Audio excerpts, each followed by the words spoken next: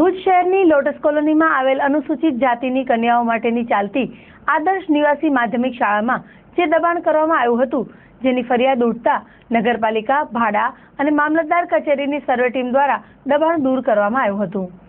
અત્રેની આદર્શ નિવાસી શાળાની કન્યાઓ માટે રમતગમત માટે રિઝર્વ રખાયેલ મેદાન પર ખાનગી પાર્ટી દ્વારા 1600 ચોરસ મીટર જગ્યામાં 15 જેટલી પાકી ઓરડીઓ બનાવવામાં આવી હતી, જેની અવારનવાર ફરિયાદ કરવામાં આવતા અંતે નગરપાલિકા અને મામલતદાર સિટી સર્વેની ટીમ દ્વારા બુલડોઝર વડે બંધાયેલ 15 જેટલી ઓરડીઓ તોડી પાડવામાં આવી હતી અને આ સાથે નિવાસી શાળાની વિદ્યાર્થીનીઓ માટે રમતગમતનું મેદાન મોકળું બન્યું હતું.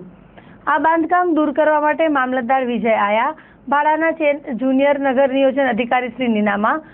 અને બી ડિવિઝનના પીએસઆઈ શ્રી પરમાર સહિતના અધિકારીઓએ સ્થળ પર કાર્યવાહી કરી હતી. આજે આ લોટસ કોલોનીમાં આદર્શ નિવાસી શાળાની બાજુમાં જે ગેરકાયદેસર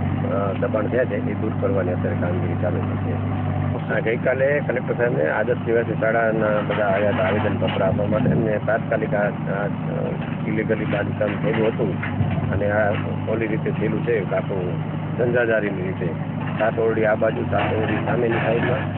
અને આખું પ્લાનિંગ હતું એ સાહેબની સૂચના મુજબ આજે દબાણ દૂર કરવાનું કામ સ્ક્વેર મીટર 1800 ચોરસ મીટર જેટલું છે. હા, અને આજુબાજુ બીજા જે રહેણાંક વિસ્તારો છે એને અત્યારે સાહેબે એમ કીધું કે રહેણાંક છે એટલે એને નોટિસો આપી અને એ લોકોને પછી અમે